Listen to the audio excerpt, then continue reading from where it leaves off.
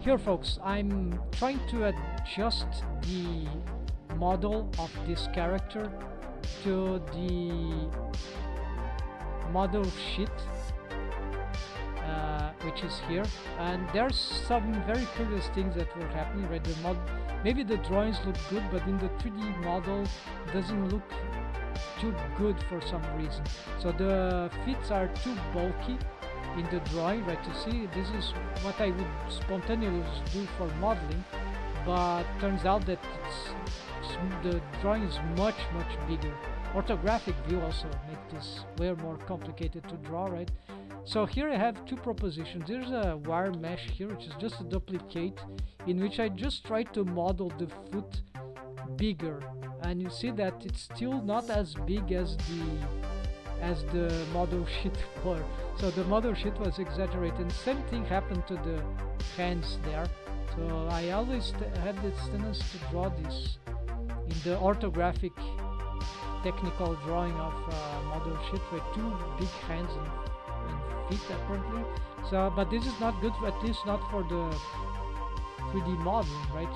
Sculpting all that. So instead, I need to reshape what I'm gonna do in this study, because I found this very intriguing issues in my own model sheet. So I'm gonna try to find which is the best.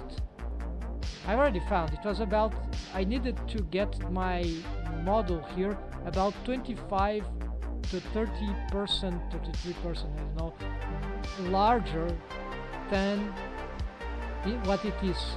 So it will, like, I mean, in relation to the hand. So imagine scaling the hand model sheet is like, would be like 100%, and the current small hand here model is like 0%. So I need to scale this up like 33% now. That same for the feet, but I'm working on the feet.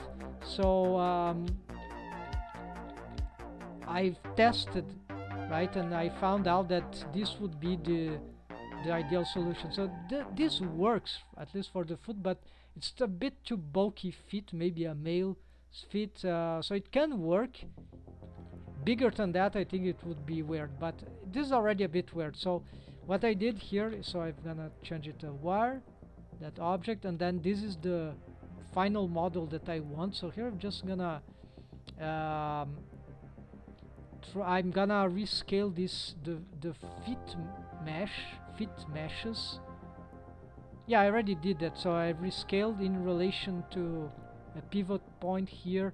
I placed this exactly like I did something like this. I've centralized in about here. Could pick vertex, but snap to vertex, but then we can also use here the 3D cursor and then just move here. You see, it's a bit annoying, but we can get it done. Then okay, then now we can rescale this. So I've already made this work. So now the feet, they are sort of more they are closer to this mesh, and but not, and a bit closer to the, right, to the model sheet. So what I'm gonna redraw the model sheet to adapt to the final ideal shape, right, which is what I'm trying to uncover, right, for the 2D to 3D adaptation. Of course, you can make some more adjustments here, so this could take a much more time, right? But here I just wanted this this very generic fundamental change. So here maybe one this bump here, stylistic bump, also some part of anatomy. Maybe make the feet slightly larger here. And here a cool trick. So you see the ankles, I had a lot of problem with figure out the height of the ankles in the orthographic. Sounded good, but same of the feet, yeah, in relation to, well, so here we pick the 2 points, whatever mesh. If you don't have points, you can pick the whole thing. Here I just have these vertices here, these spikes, and then you look from the side view, change this to medium point, transform pivot point, and then you can, with proportional editing, right, turned on, you can just, well, scale it up maybe, not so much maybe, and then move it up. You see they have some tilting like this, like many features in the leg, muscles. They have some, they are not exactly aligned, but this is stylistic, right? You do how you please. But then we can do this scaling, right? This is nice from these sharp things sticking out of the feet. I usually like. And then subtle, right? Can be subtle, but and then okay, then you can rotate, you can scale, and then this helps to match closer to what we ended up finding out. So I think the joint of the foot, the ankle would be, articulation would be about here, right? So this is sort of close to the articulation. This one is in the center is higher. So transform pivot points, can use many tools here to options, features in Blender to solve these particular things here.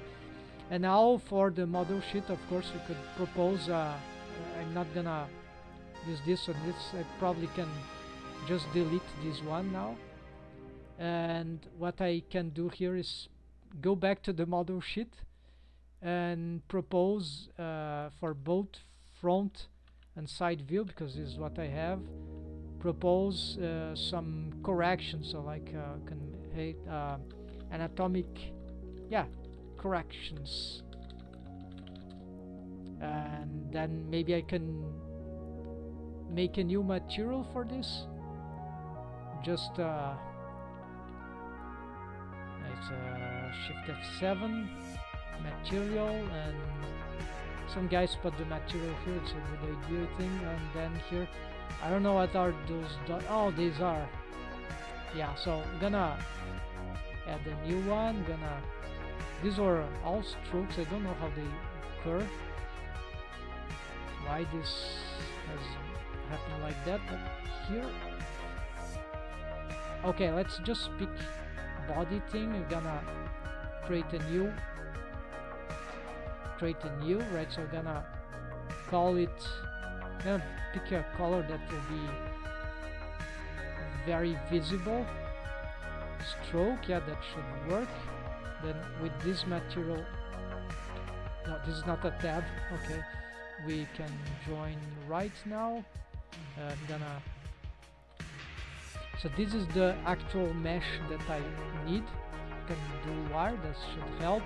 Then we go here and let's see the stroke. Yeah, I need to go to the grease pencil object, which is currently not selectable. Okay, there we go. Control, yeah, select the grease pencil, control tab 8 for the draw, and here I have probably some, see, flat material studio. Maybe I need to be here, so I have no idea what's going on here, folks. Oh, there's this thing. Alright, so this was the culprit. Okay, so let's do some string here and also get here. Yeah, I'm getting this, so I don't know. I just got some things here I want to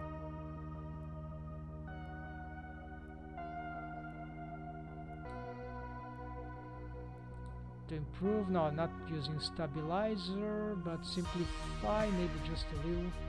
This can lag a little. I don't like this. Something about the stroke is still not working. I think it's maybe the spacing. Let's see. Iteration 0. Okay, so I don't know why this is doing this.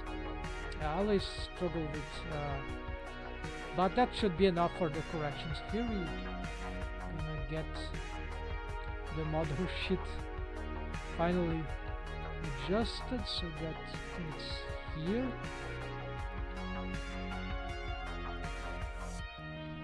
Can make this smaller.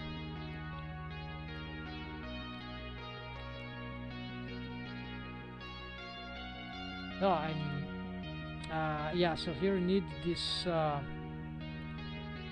I need the auto lock, otherwise there'll be auto lock inactive layers, otherwise when I erase, I'll erase accidentally other layers, which is a terrible idea, right? So here you can get this. So here the details about this we can just simplify here, right? Because this character don't have, probably she's very foots. Yeah, so I'm not doing the toes here. And here I could do something like this, and then on top of it bring this, so you have this line here that gives some orientation like this. So this is back an example, right, of this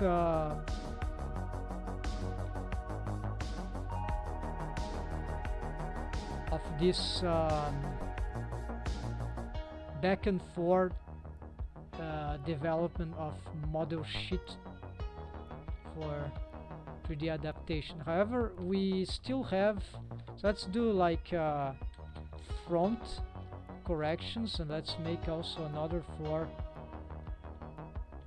side corrections. And here we, yeah, probably I would like to have this just in case, right? Just in case there'll be something very bad.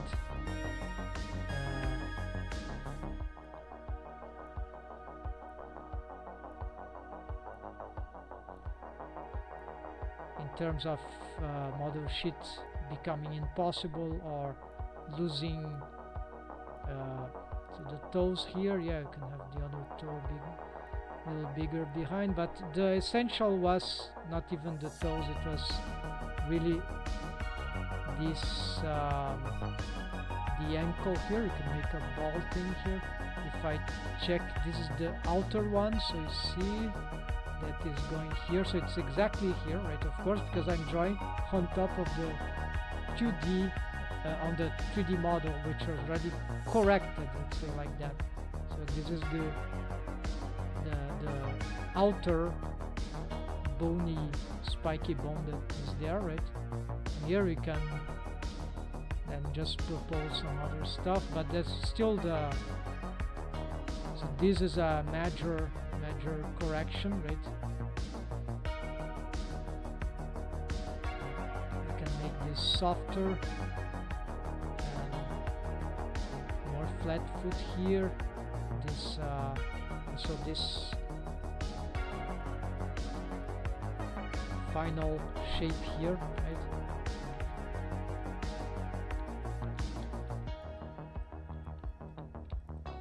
Yeah, so then if I want, I can erase, but this is finally something that can be used now without fear. Oh, also there was another correction I've made that I added.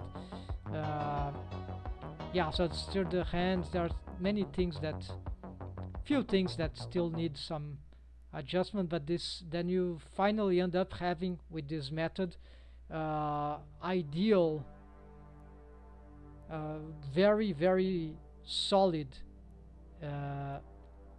2D model sheet for a 3D character, right? So this is how we can solve certain issues, and then sometimes, depending on the project, the character design, the cartoony one, or some even certain features which we might have thought, oh, this is an impossible character design, well, turns out that if you allow yourself to, like I did, by just experimenting and getting into 3D art, right, CG artwork, I started to understand that, oh, maybe yeah, maybe I can't replicate exactly my character designs, but I can do something that is like a 3D style of it from. So I tried to match the best of the that I could without cheating, that without camera keys and automorph, you know, those they use in this Japanese long feature fill animation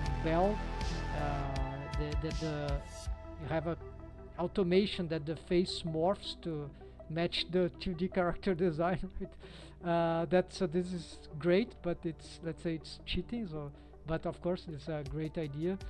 But then, without cheating, not that I wouldn't cheat even if I have all this, but without cheating, then we can find not the exact replica, right? No, it's not about if you can, great, but sometimes I think it's really impossible. But what you can is get something so close to a 3D good looking 2D good looking 3D model that, well, you don't need to even to cheat if you achieve that level, but that sometimes is not what we are aspiring to, right? So I've made some concessions because of 3D art, thanks, but I've also found out that my original 2D style on paper had a 3D style in Blender, right, in CG art. So that was very interesting find. So I'm not trying anymore to duplicate, to clone. No, I'm trying to really. It's a new style, but it's the same school, but it's now in 3D.